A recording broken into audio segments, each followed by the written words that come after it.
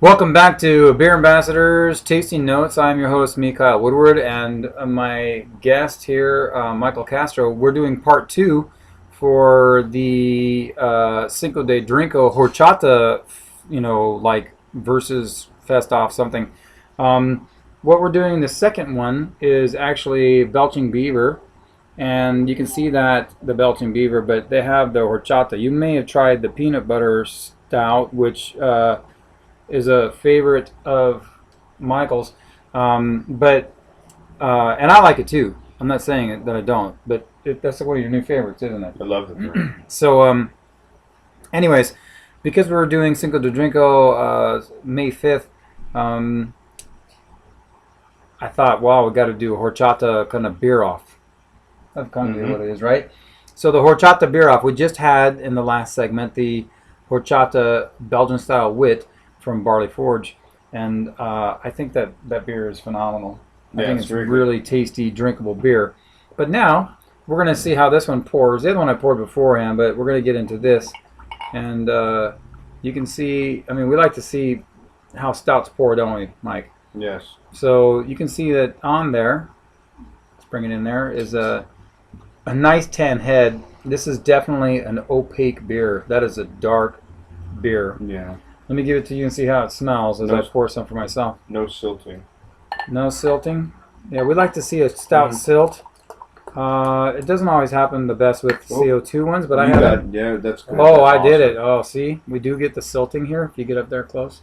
It's coming up quick where you can see the head. But there was some silting. I probably didn't get on the camera well enough, but. So that's a big, rich head there. And, you need to put some on there to get a better head for you? No, I'm fine. You sure? Come on, you need some better head. Yes. We all need better. Oh, yeah. So, when I smell it, I get the roastiness from the stout first. And that's followed. But it's a lighter roast. I get it. Yeah, and you almost get a milky quality, kind of with I get some slight cinnamon. I get spices, but then I realize it's kind of cinnamon, and a chocolate. Honestly, I get a little chocolate in there too. The difference in this, not only is it's an Imperial stout. So did you say it was 9%? Yeah. 9% Imperial stout. But they actually, to give it the medium body, they use a rice malt. So it's almost like sweet. Do you ever had sweet rice? No. It's like horchata and rice together, you know. That's what my mom and my sisters loved growing up. And then, you get the cinnamon in there, and the vanilla is apparent. When I drink it, it's sweet. It's definitely a thick, rich, smooth stout that is sweet on the front and goes through. There's a bit bitter on the backside. But with the roastiness, right? The bitterness lingers. But it's really sweet and malt forward up front, and that cinnamon carries through on the middle of the palate, and then kind of fades, and you're left with the roastiness. So, wow, I hate distractions. Sorry about that, guys, but my daughter walked in the room, and she's going to walk out now. So, I don't know. What do you think?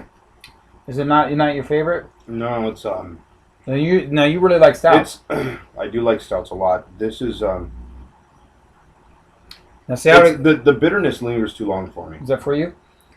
Maybe we should have cleansed your palate a little bit more. Why don't you grab a little bread?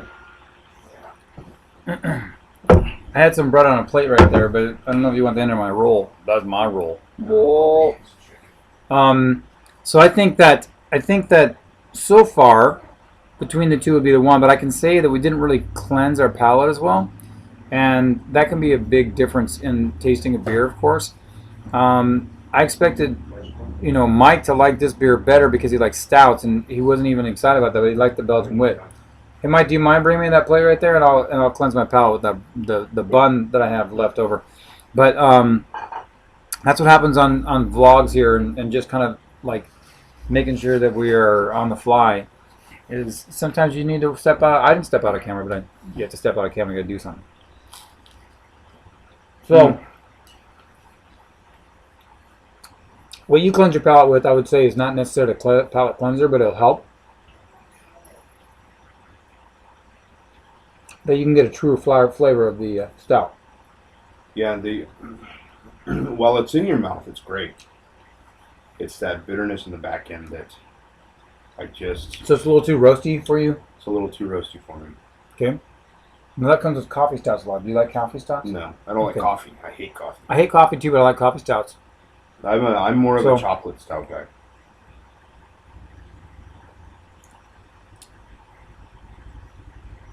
Now after cleansing my palate, and I take that again, I really get a lot of the lactose in the front of my tongue, into the middle of it, with the spices that follows through more. Because I think that the Belgian wit was kind of affecting my tongue a little bit, which is fantastic beer again, but I wasn't having a true flavor. Yeah. But when I drink that, this is really a sweet beer that stays and lingers. Yes. And I think it's good, but it's almost like the chai stout that, or is it chai stout, chai porter? I think it's chai stout that that Stone has. For me, it's a little too sweet. That one's even more sweet. This one here is bearable, but I don't know that I would drink it all night long. But I'm glad I tried it once. Yeah, you know that it's like some of the reviews said that it's a dessert beer. I would call it that. Sweetness. I would call it that. This is definitely a dessert beer. You could enjoy this for dessert. I would. I think that the head is, it's a beautiful looking beer. That's all I want to say. Yeah, it looks great. I mean, it's an amazing looking beer. I mean, we've got to drink this bottle, so let's just pour a little bit there and just see. I mean, as you look at that, that's a really beautiful head. That's, a really nice, robust aroma, too. A bottled beer, the head is really fine bubbles.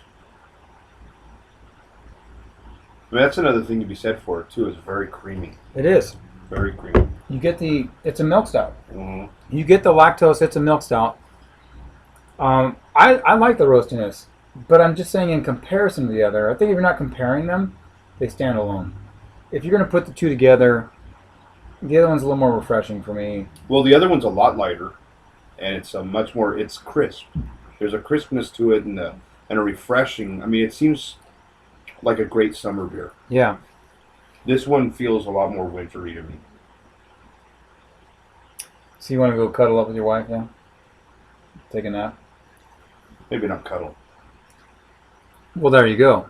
That's what happens in wintertime. That's why there's so many kids in September. That is truth. So, the fall babies may come if you drink this beer. But I would definitely try it. I would give it a spin if you haven't tried it before.